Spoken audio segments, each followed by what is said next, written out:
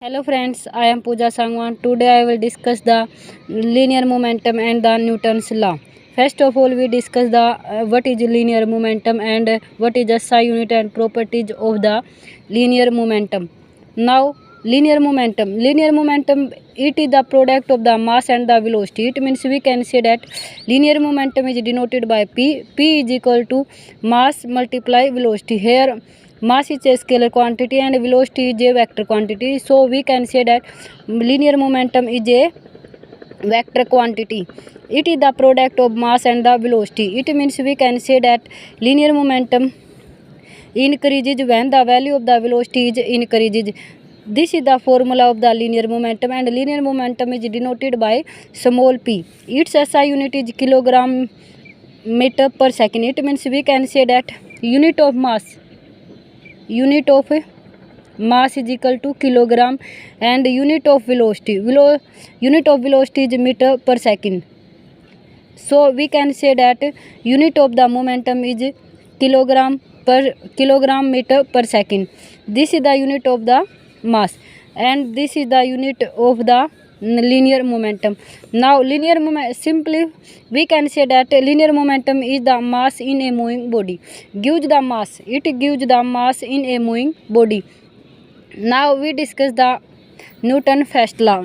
First of all, we know that Newton gives the three law. First law is Newton first law. In this law, Newton first law motion stated that a body remains in the state of rest or uniform motion in a straight line unless and until an external force acts on it. It means we can say that this is an object. When we do not apply any force on this object, then this object is at rest. If this object is moving, when we do not apply any external force, then the moving object is also moving. So we can say that when there is no external force applied, then the body remains at rest or remains at motion. So after that we can say that we have two types of the force. First one is balance force.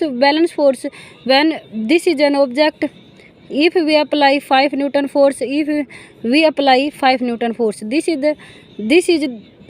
5 Newton force, and this is the 5 Newton force, but those forces are in opposite direction. It means we can say that net force is equal to F1 plus F2, but here F1 is 5 but F2 is minus 5, so net force is 0. It means we can say that this is the balance force. Balance force are those forces which apply in opposite direction but same force.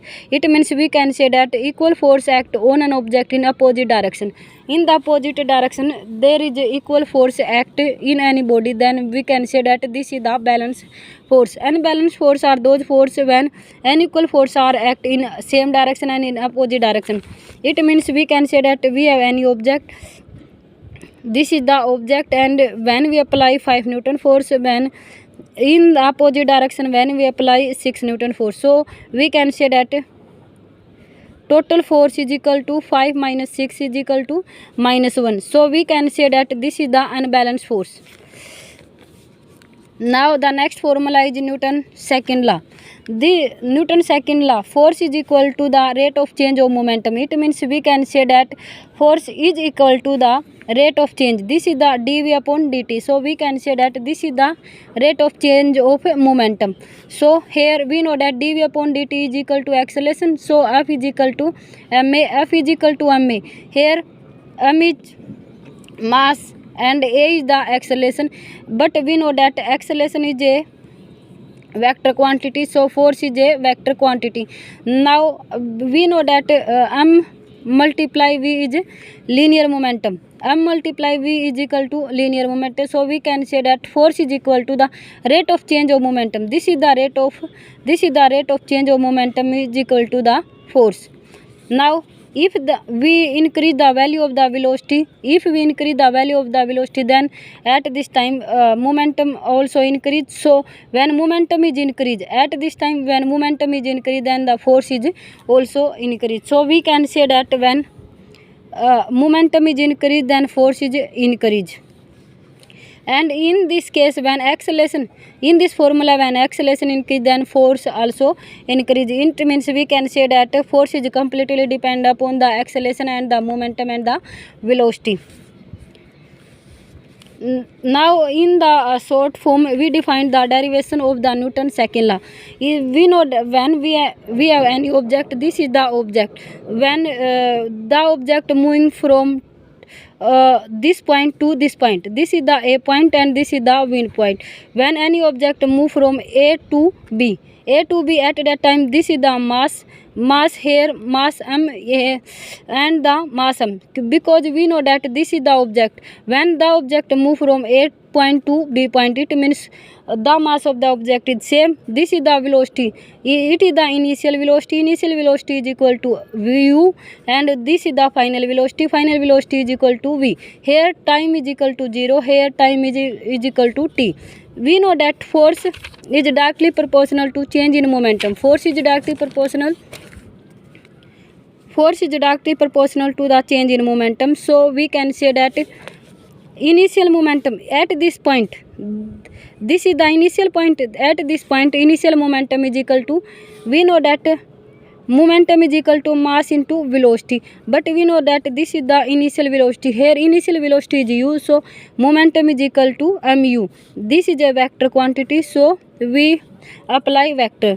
Now the final momentum, this is the final, here final momentum obtained, here velocity is equal to v. So this is the final momentum, and final momentum is equal to mv. We know that force is directly proportional to change in momentum. So change in momentum is equal to del p is equal to mv minus final. We know that final minus initial is equal to change.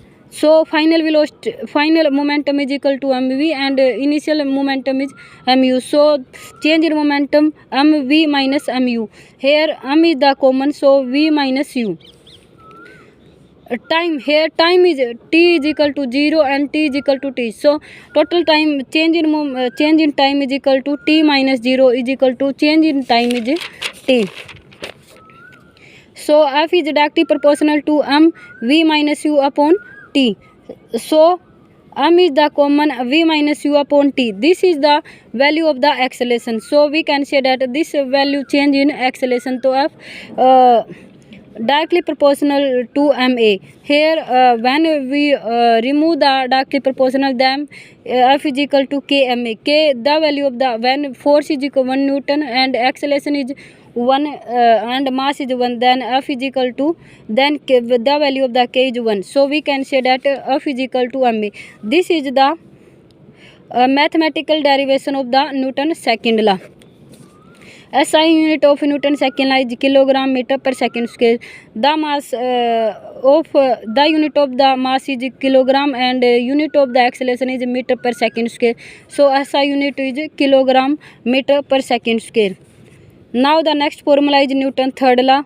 Newton's third law gives the relation. Newton's third law gives the relation when before the collision and after the collision.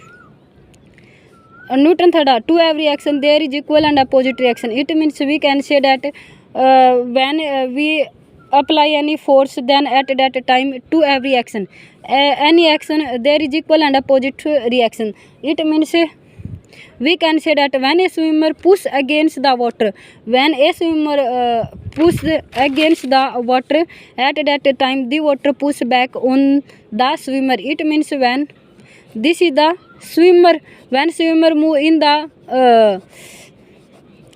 left direction, then the water move in the opposite direction, left and right. When the swimmer move in right direction, then the water against in left direction. It means FAB is equal to minus FBA. So we can say that to every action there is equal and the opposite reaction. Thank you.